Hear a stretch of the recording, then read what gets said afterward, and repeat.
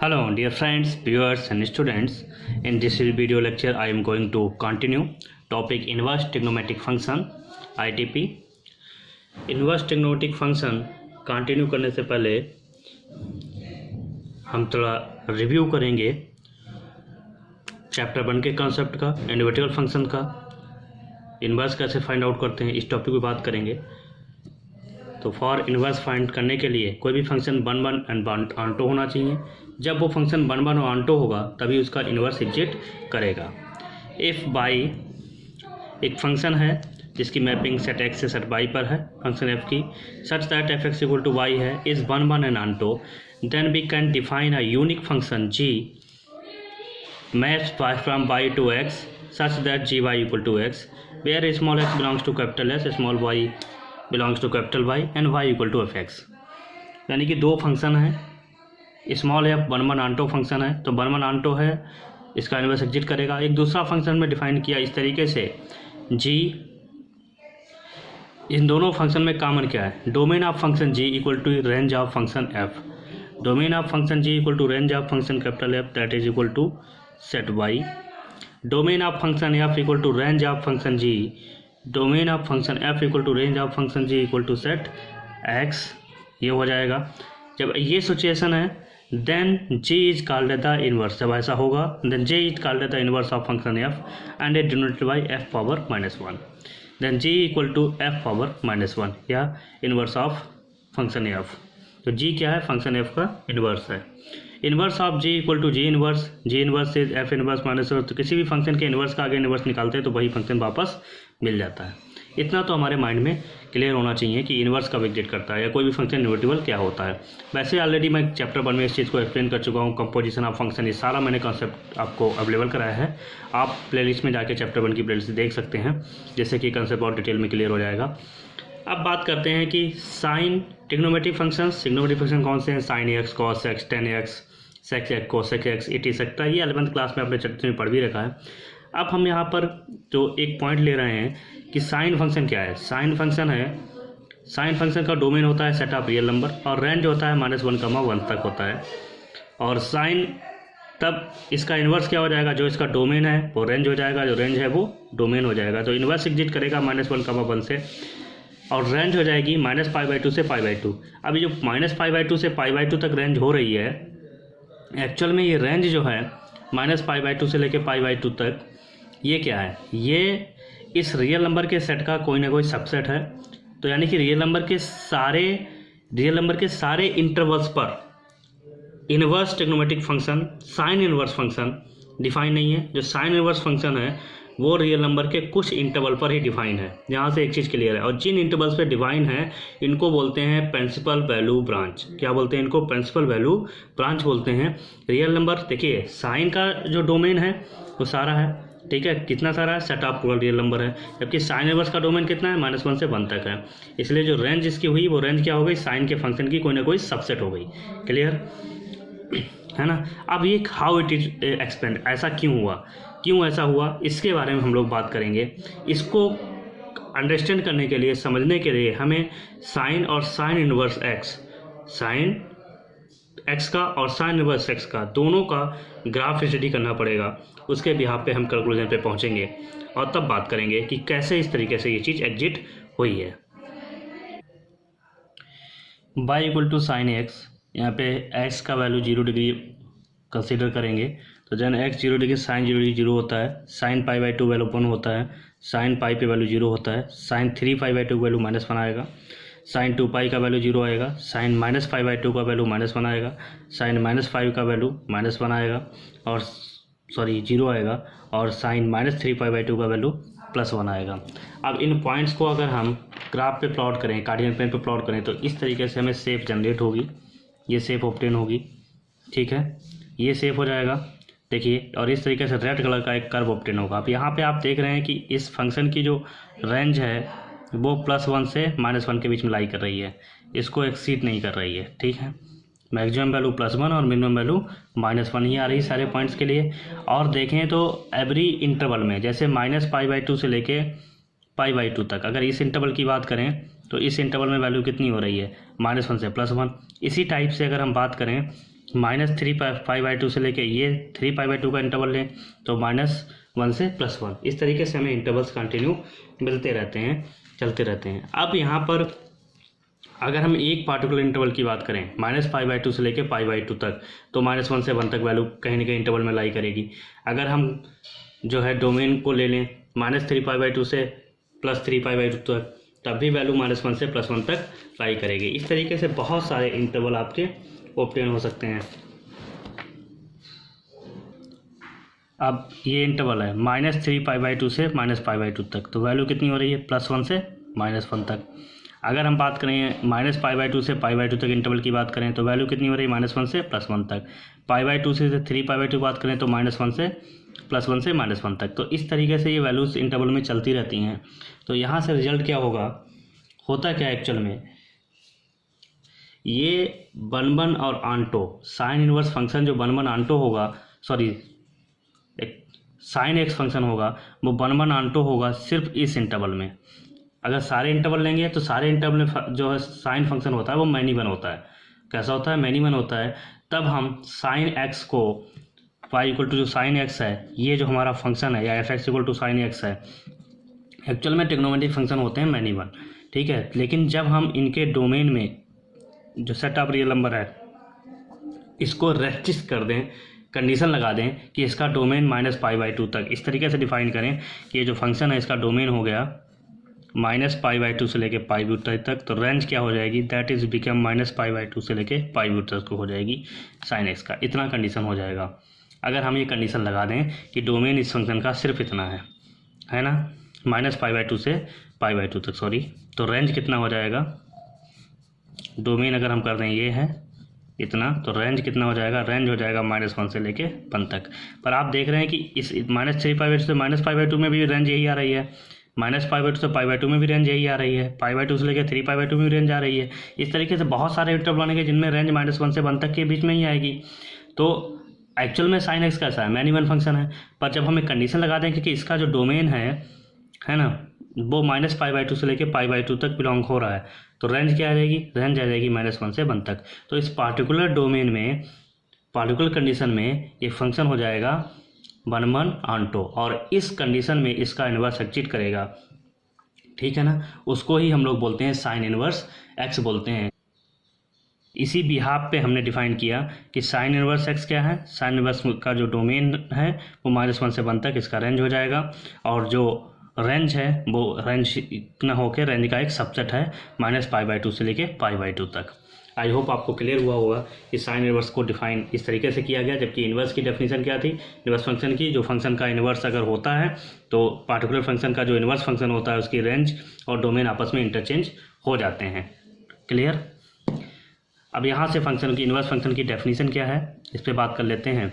The definition of inverse function is sine inverse X equal to X हो जाता है अगर एक्स इस इंटरवल में बिलोंग करेगा, और साइन इनवर्स साइन एक्स दिया गया एंगल में इक्वल टू भी एक्स होता है अगर यहाँ पर एक्स इस एंगल में बिलोंग करेगा।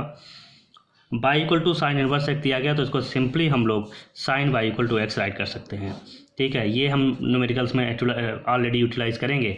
पर यहाँ पर क्या है कि हमने आपको किस तरीके से साइन इनवर्स एग्जिस्ट कर रहा है, किस तरीके से इस फंक्शन को पार्टिकुलर डिफाइन किया गया है, इस पे बात करी है, ये आपको समझाने की कोशिश करी है। अब हम लोग साइन इनवर्स एक्स के ग्राफ को कंटिन्यू करेंगे।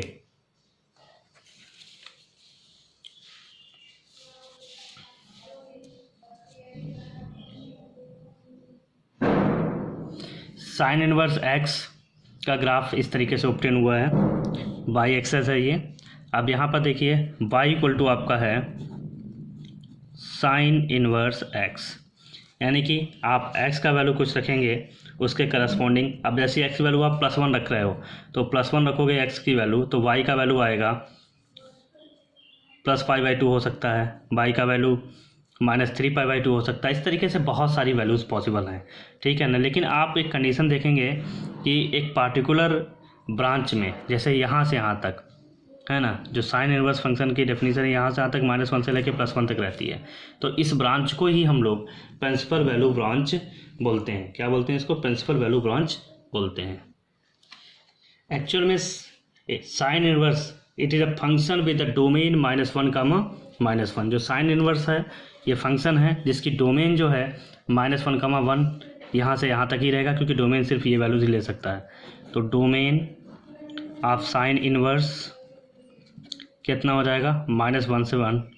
और जो रेंज रहेगा, range of sine inverse function, ठीक है ना, जैसे यहाँ पर x है तो x में कह सकते हैं, साइन इन्वर्स फंक्शन क्या हो जाएगा, -π/2 से π/2 तक हो सकता है, ठीक है ना, इंटरवल। दूसरा -3π/2 से π/2 तक, यहाँ से लेके -π/2 यहाँ तक, -π/2 से π/2 तक, और π/2 से +3π/2 तक। इस तरीके से एंड सो ऑन, बहुत सारे इंटरवल चलते रहेंगे। ये +3π/2 है, ठीक है ना। इस तरीके से बहुत सारे इंटरवल चलते रहेंगे, तो इनमें बार बार वैल्यू यही रिपीट होगी। तो सारे फंक्शन में तो होगा नहीं, है ना। तो हम एक पार्टिकुलर ब्रांच ले लेते हैं, पार्टिकुलर वैल्यू ले सकते हैं -π/2 से लेके π/2 तक। इस वैल्यू को ही हम लोग प्रिंसिपल वैल्यू ब्रांच बोलते हैं। मैं अगेन अपनी बात को रिपीट करता हूँ। It is a function with domain -1, 1 and range -3π/2 से -π/2 तक, -π/2 से π/2 तक, और π/2 से 3π/2 तक, ठीक है। And so on corresponding to each interval होती जाएगी। We get a branch of the sine inverse X function की हम देख रहे हैं, ठीक है। द ब्रांच विथ रेंज, जिसकी रेंज ये होती है -π/2 से लेके π/2 तक, ठीक है। Is called the principal value branch.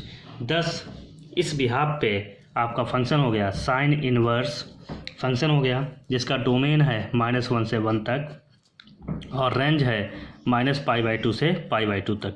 सारे इनवर्स ट्रिग्नोमेट्रिक फंक्शन की वैल्यू हम प्रिंसिपल वैल्यू ब्रांच के बिहाफ पर करेंगे। इस तरीके से सारे इनवर्स ट्रिग्नोमेट्रिक फंक्शन की प्रिंसिपल वैल्यू ब्रांच को डिफाइन किया गया है। मैंने सिर्फ पार्टिकुलर साइन इनवर्स एक्स का ग्राफ और साइन एक्स का ग्राफ आपको कंटिन्यू किया है, इसके बिहाफ पे एक्सप्लेन करने की कोशिश की है सारी चीज़ें, ठीक है। सारे ग्राफ एक वीडियो लेक्चर में पॉसिबल नहीं ड्रा करके एक्सप्लेन किया जाए, ठीक है। उनकी बात नेक्स्ट टाइम में करेंगे। आई होप आपको साइन इनवर्स एक्स का ग्राफ, साइन एक्स का ग्राफ और प्रिंसिपल वैल्यू ब्रांच, तो इसके वैल्यू पे हम यहाँ पे प्रिंसिपल वैल्यू ब्रांच को अगर डिफाइन करें तो ये हो जाएगा the range of the inverse trigonometric function is the principal value branch and the those values which lies in the principal value branch. और प्रिंसिपल वैल्यूज ब्रांच के अंदर जो वैल्यू राई करेंगी is called the principal value of the ITF, ठीक है ना। तो ये बहुत ज़्यादा एक्सरसाइज 2.1 इसी कंसेप्ट पे डिपेंड है। The range of the ITF is the principal value branch and those values which lies in the principal value branch is called the principal value of the inverse trigonometric function. इसके behalf पर अब हम लोग सारे functions की principal value branches को और principal value को डिफाइन करेंगे, है ना। जिस तरीके से साइन इनवर्स फंक्शन का डोमेन और प्रिंसिपल वैल्यू ब्रांच -π/2 से π/2 तक था, ऐसे ही सारे ट्रिग्नोमेट्रिक फंक्शन के ग्राफ की स्टडी करेंगे तो हम इस रिजल्ट पे पहुंचेंगे कि कॉस इनवर्स फंक्शन का डोमेन तो -1 से 1 तक का है, पर प्रिंसिपल वैल्यू ब्रांच कितना हो जाएगा 0 से π/2 तक। और कॉस इनवर्स फंक्शन के लिए जो वैल्यूज इस ब्रांच के अंदर लाई करेंगी उनको बोलेंगे हम लोग principal value of the inverse trigonometric function. ऐसे कोसेक इनवर्स एक्स का डोमेन ये है, रियल नंबर के सेट से -1, 1 माइनस हो जाएगा और प्रिंसिपल वैल्यू ब्रांच हो जाएगी -π/2 से π/2 -0। सेक इनवर्स एक्स का डोमेन सेम है और इसका प्रिंसिपल वैल्यू ब्रांच हो जाएगी 0 से π -π/2। टेन इनवर्स का डोमेन ऑल रियल नंबर है पर प्रिंसिपल वैल्यू ब्रांच है -π/2 से π/2 तक, ओपन इंटरवल है। कॉट इनवर्स का ऑल रियल वैल्यूज है और प्रिंसिपल वैल्यू ब्रांच है 0 to π। ये सारी चीज़ों को डिफाइन किया गया है। एक्चुअल में आपको एक टेबल लर्न रखनी है 12th क्लास पे, आपको बिल्कुल क्लियर होना चाहिए principal value branches inverse trigonometric function के लिए क्या हैं और इनकी क्या इंपॉर्टेंस है, हाउ दे आर डिफाइंड। मैंने अभी साइन इनवर्स का फंक्शन लेके आपको इसको अंडरस्टैंड कराया है किस तरीके से आप डिफाइन कर सकते हैं। रिमेनिंग के कर्व की पढ़ने की बहुत ज़्यादा यहाँ पे ज़रूरत नहीं है, आप बस इस टेबल को लर्न रखिए और इसके बिहाफ पे आप एक्सरसाइज को कंटिन्यू कर सकते हैं। आसानी से एक्सरसाइज आपको कंटिन्यू हो जाएगी। मेन ये टेबल बहुत ज़्यादा इंपॉर्टेंट है फॉर सॉल्विंग एक्सरसाइज, ठीक है, और इनवर्स ट्रिग्नोमेट्रिक फंक्शन की डेफिनेशन के लिए। अब यहाँ पर एक इंपॉर्टेंट कंक्लूजन पे हम लोग पहुँचते हैं। कंक्लूजन ये है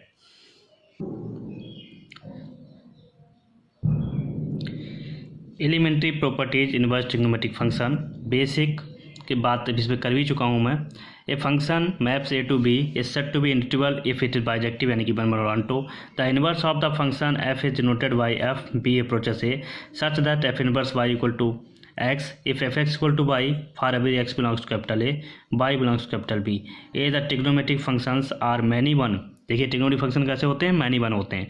सो their inverse does not exist, inverse उनका एग्जिस्ट नहीं होता. But they become one and onto by restricting their domain. जैसे कि मैंने डोमेन क्या किया, साइन इनवर्स फंक्शन का जो साइन एक्स का फंक्शन था, अगर का डोमेन -π/2 से π/2 ले लें साइन एक्स का, ठीक है, डिफाइन कर लें, तो उसका डोमेन एग्जिस्ट करेगा by restricting their domains. Therefore the inverse of the trigonometric function is defined with their restrictive domains. In fact in the discussion below we have used all the restriction required to the inverse of the concern trigonometric function to exist. If the restrictions are removed the term will be represent the inverse trigonometric relations and not the functions. अगर हम कहें कि y equal to sine X है, अगर हम inverse निकालते भी उसका है, क्योंकि y equal to sine X है, इसका domain set of real numbers है और रेंज -π/2 से π/2 तक है. अगर हम इसका डोमेन रिस्ट्रिक्ट कर दें -π/2 से लेकर π/2 तक, तो ये फंक्शन मैनी वन और ऑन टू हो जाएगा, मैनी वन नहीं रहेगा, तब इसका इन्वर्स एग्जिस्ट करेगा. इसीलिए जो इन्वर्स साइन एक्स है उसका डोमेन हो गया -π/2 से -1 to 1 और रेंज हो गया -π/2 से π/2 तक. एक पार्टिकुलर इंटरवल में हम लोगों ने रेस्ट्रिक्शंस लगा दी. तो वही लिखा हुआ है the term will B, otherwise को क्या कहते हैं, इनवर्स ट्रिग्नोमेट्रिक रिलेशन कहते हैं, नॉट द फंक्शन कहते हैं. Note the inverse trigonometric function are also called the inverse circular functions. I hope आपको इस तरीके से इनवर्स ट्रिग्नोमेट्रिक फंक्शन की डेफिनेशन क्लियर हुई होगी और इनवर्स फंक्शन उसकी प्रिंसिपल वैल्यू ब्रांच किस तरीके से निकालते हैं. ये टेबल बिल्कुल आपको लर्न होनी चाहिए फॉर अंडरस्टैंडिंग एक्सरसाइज 2.1. अब हम एक्सरसाइज 2.1 के कुछ क्वेश्चंस करेंगे, कुछ एग्जांपल्स करेंगे, जिससे कि आपकी प्रॉब्लम्स कंटिन्यू बिल्कुल आपके माइंड से जितने भी डाउट हैं सारे सॉर्ट आउट हो जाएं. We have a question, find the principal value of sine inverse 1/√2. हमें साइन इनवर्स 1/√2 की प्रिंसिपल वैल्यू निकालनी है. तो इसके लिए लेट कर लिया, let y equal to sine inverse 1/√2. तो साइन y इक्वल टू कितना हो जाएगा, 1/√2. अब हम लोग जानते हैं साइन π/4 की वैल्यू 1/√2, ठीक है, होती है.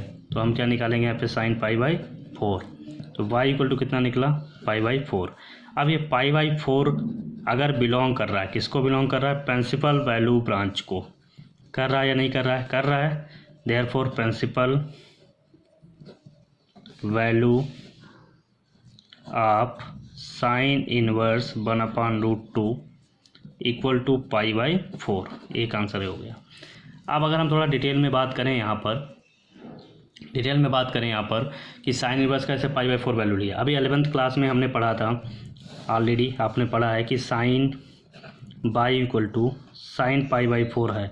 Then general solution y equal to क्या हो जाता था, n pi plus -1 power n π/4, where n belongs to capital Z होता था. अब अगर हम n का वैल्यू इंटेजर 0 रखें तो y कितना निकलेगा, π/4. अगर n का वैल्यू 1 रखें तो y कितना निकलेगा, y निकलेगा आपका, ये 0 हो जाएगा, पाई प्लस π/4 यानी कि 5π/4. अब ये 5π/4 इस इंटरवल को बिलोंग नहीं कर रहा, दैट इज़ π/2 से ग्रेटर हो जाएगा, है ना, पाई प्लस π/4 आ जाएगा. सॉरी, यहाँ पर अगर मैं 1 रखूँगा, 1 minute, this is pi, this is -1 π/4, this is 3π/4, 3/4 हो गया. अब 3π/4 एंगल जो है π/2 से ग्रेटर हो गया, यानी कि इसको बिलोंग नहीं कर रहा है, इसलिए हमारी प्रिंसिपल वैल्यू नहीं हो सकती. अगर हम n का वैल्यू -1 रखेंगे तो y का वैल्यू कितना हो जाएगा, -π, और -1 के केस में, यहाँ पर नेगेटिव इंटीजर के केस में -1/1, तो नेगेटिव का एंगल हो जाएगा, जैसे -3/4, वो भी इससे छोटी वैल्यू हो जाएगी, लीस्ट वैल्यू हो जाएगी, वो भी एग्जिट नहीं करेगी. तो सिर्फ π/4 वैल्यू ऐसी है इस फंक्शन के लिए जो कि यहाँ पर एग्जिट हो रही है, प्रिंसिपल वैल्यू ब्रांच के अंदर लाई कर रही है, इसलिए इसकी प्रिंसिपल वैल्यू π/4 हो गई. इस टाइप के क्वेश्चन हमें सॉल्व करने हैं एक्सरसाइज के अंदर. आई होप आपको एक कंसेप्ट क्लियर हुआ होगा. अब हम नेक्स्ट एग्जाम्पल लेते हैं, y equal to cot inverse 1/√3. इसके बारे में बात करनी है. तो y equal to cot inverse 1/√3 दिया है, तो कॉट y इक्वल टू 1/√3, यानी कि हमें इस इनवर्स ट्रिग्नोमेट्रिक फंक्शन का वैल्यू फाइंड आउट करना है ना, प्रिंसिपल वैल्यू फाइंड आउट करना है. ये हमारा टारगेट है, प्रिंसिपल वैल्यू फाइंड आउट करने का. तो कॉट वाई इक्वल टू हो जाएगा कॉट 1/√3 है, पाई/3 का वैल्यू होता है, ठीक है ना। कॉट पाई/3 का यहाँ माइनस साइन ले लेते हैं, निगेटिव का निकालना है तो यहाँ माइनस आ जाएगा। क्लियर। अब कॉट जो है फर्स्ट में पॉजिटिव होता है पर सेकेंड में निगेटिव होता है, पाई माइनस पाई/3 हो जाएगा। तो Y equal to cot Y equal to cot 2π/3, Y equal to 2π/3। अब कॉट का जो प्रिंसिपल वैल्यू ब्रांच होता है वो 0 to पाई होता है ना। अब ये 2π/3 इसको बिलोंग कर रहा है, तो ये बिलोंग कर रहा है सिंस 2π/3 प्रिंसिपल वैल्यू ब्रांच को बिलोंग कर रहा है देयरफॉर प्रिंसिपल वैल्यू अब कॉट इनवर्स -1/√3 इज 2π/3। इस तरीके से सारे ट्रिग्नोमेट्रिक फंक्शन का प्रिंसिपल वैल्यू हम लोग ऑब्टेन करते हैं। एक्सरसाइज 2.1 का कंसेप्ट यही है, इसी भी आप पे सारे क्वेश्चन सॉल्व करने हैं। इसके बाद नेक्स्ट टॉपिक है properties of inverse trigonometric function, जो मैं नेक्स्ट वीडियो लेक्चर में कंटिन्यू करूँगा। अगर वीडियो अच्छा लगा लाइक करें, कमेंट करें, शेयर करें। Thanks for watching.